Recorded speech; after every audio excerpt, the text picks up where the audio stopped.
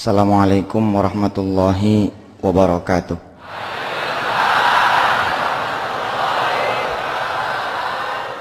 Allahumma salli wa sallim mubarik ala sayyidina Muhammad wa ala alihi walhamdulillahi rabbil alamin. Bapak Ibu yang dirahmati Allah, kalau kita punya rumah lantai kebocoran, biasanya apa yang kita lakukan? Ngepel ya biasanya ya. Kering nggak? Yang namanya orang ngepel pasti dia kering. Beginilah yang biasanya kita lakukan. Kalau lantai basah karena kebocoran, kita pel. Padahal harusnya gimana?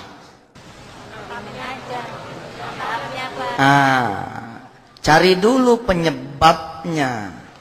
Apa pasal nih? Kok lantai jadi basah? Oh, ini dia gentengnya nih. Karpet atasnya nih. Ganti dulu. Habis kita ganti tuh genteng, kita ganti tuh karpet atas. Kadang-kadang malah nggak perlu kita pel, dia kering sendiri. Dalam hidup kita, sering kali kita mencari penyebab di luar dari diri kita. Waktu kecil, kita didongengin kisah Abu Nawas yang mencari cincin, gitu ya. Abu Nawas mencari cincin, mencarinya di luar dia punya rumah, di halaman depan, halaman belakang, samping kanan, samping kiri, sehingga kemudian tetangga melihat membantu. Nggak ketemu cincin yang dimaksud. Lalu tetangga kemudian bertanya, Abu Nawas, emang hilangnya di mana sih nih cincin? Kata Abu Nawas, hilangnya di dalam rumah. Bagaimana sih kok hilang di dalam rumah, nyarinya di luar rumah? Apa kata Abu Nawas? Begitulah kita sering nyarinya di luar dari diri kita. Contoh. Datang nih orang. Ustadz, adik saya kurang ajar betul Ustadz. Kenapa adiknya? Dia jadi lawan saya Ustadz di pengadilan. Kan main. Menjadi lawan saya di pengadilan. Kenapa kok bisa lawan adik sendiri? Ustadz, emang saya punya adik nggak tahu diuntung. Sekolah saya yang biayain, kuliah saya yang kuliahin, nikah saya yang nikahin, usaha saya yang modalin. Tapi sekarang Ustadz, rumah saya satu-satunya lagi diprosesnya sama dia, lagi diupayakan diambil sama dia Ustadz. Siapa yang kagak marah coba? Kalau saya lagi banyak duit dulu, jangan dia minta.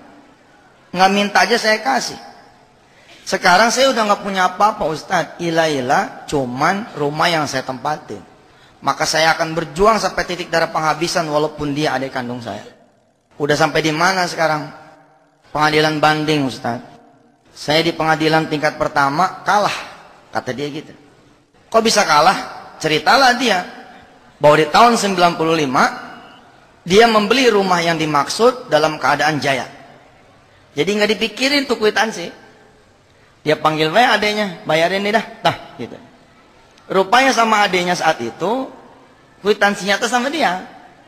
Karena nggak diurus, sertifikat juga diurus atas nama dia. Kelak di kemudian hari, ya wajar aja kalau kemudian pengadilan memenangkan adiknya. Bapak Ibu yang dirahmati Allah, hari ini kita konsentrasi di kajian tentang penyebab. Kenapa kita begini, kenapa kita begitu? Kalau sudah ketemu penyebabnya, jawabannya gampang. Yang repot kan, kita nggak tahu penyebabnya apa. Kembali kepada si ayat tersebut, kita berehem dah. Begitu. Iya Ustadz, makanya Ustadz, tolong saya minta wirid, minta amalan. Emang kita hidup di pondok, bunyinya amalan terus. Wirid mulu. Apalagi pakai kain begini. Sekalinya saya pakai celana, pakai rangsel, set gitu. Masuk bandara ngelewatin detektor kan, ditegur sama petugas. Mau kemana dek? Mau kuliah ya? Saya mesem aja. Tujuannya kemana? Saya nyaut Jogja. Oh iya berarti mau kuliah nih kata. Begitu tas ngelewatin dalamnya tuh, kita pakai lagi kan? Ditepok pundak saya. Jangan nakal ya.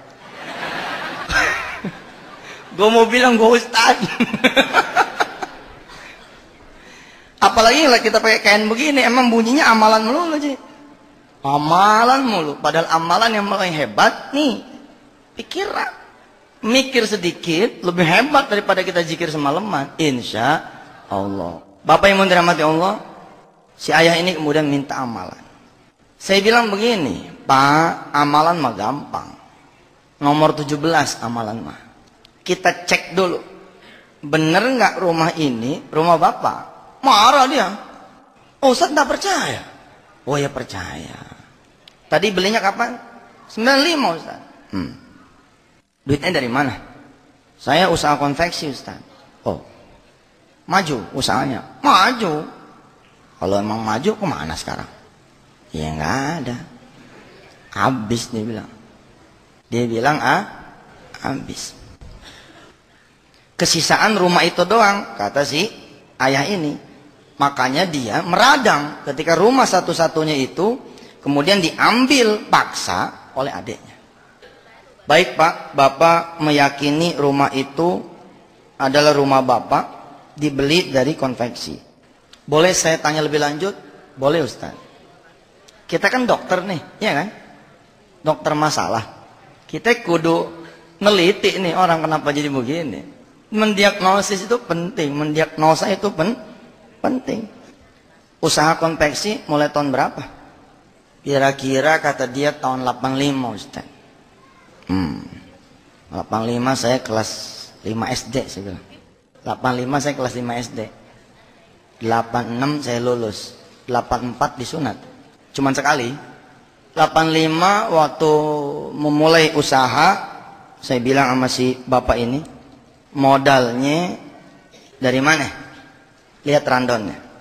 Dia datang 2003. Masalah ngegantung di kaki langit. Udah kalah, tinggal dieksekusi. Adeknya masih mikir. Tapi dia banding, maju terus. Pantang mundur, jagoan. 95 rumah itu dibeli. 85 usahanya dia mulai. Apa dia bilang? Ketika saya tanya, modalnya dulu dari mana? Udah saya duga, urusan tanah, urusan rumah, usaha yang besar kayak itu balik lagi cuman ke urusan tanah dan rumah yang satu-satunya, saya hampir bisa nebak, jangan-jangan dia awalnya urusan rumah sama tanah. Begitu saya kejar, nunduk dia. Iya Ustaz. Kalau mikir ke situ sih, saya menyadari. Menyadari gimana? Dulu modalnya boleh jual tanah ibu saya Ustaz. Oh, tahu? Maksudnya ibu Anda tahu? Enggak Ustaz. Udah minta maaf. Buru meninggal Ustaz. Subhanallah. Pak, saya bilang, Bapak dikasih amalan nomor 1. Kalau penyakit dikasih obat nomor 1. Ditangani sama kiai yang nomor 1. Kalau penyakit ditangani sama rumah sakit nomor 1. Nggak bakalan Bapak menang. Karena yang Bapak perjuangkan bukan hak Bapak, gitu saya bilang. Percuma Pak. Mendingan saya suruh Bapak tobat. Ketahuan. Lebih baik diambil tuh. Habis rumah sama tanah yang tinggal itu. Sekalian. Supaya Bapak nanti meninggal. Kondisinya udah bersih. Nunduk tuh orang. Terus saya mesti gimana Ustaz? Udah nggak ada lagi rumah. Nggak apa-apa. Tapi dosa juga nggak ada lagi. Daripada dipertahankan. Apa Ustadz yang mesti saya lakukan? Yang mesti situ lakukan. Temuin adik situ. Kasih sudah. Bilang kalau ini bisa mendatangkan redoknya almarhumah ibu, tolong maafkan kakak. Gitu. A'udzubillahi minasyaitonirrajim. Bismillahirrahmanirrahim. Surah Al-Baqarah 200.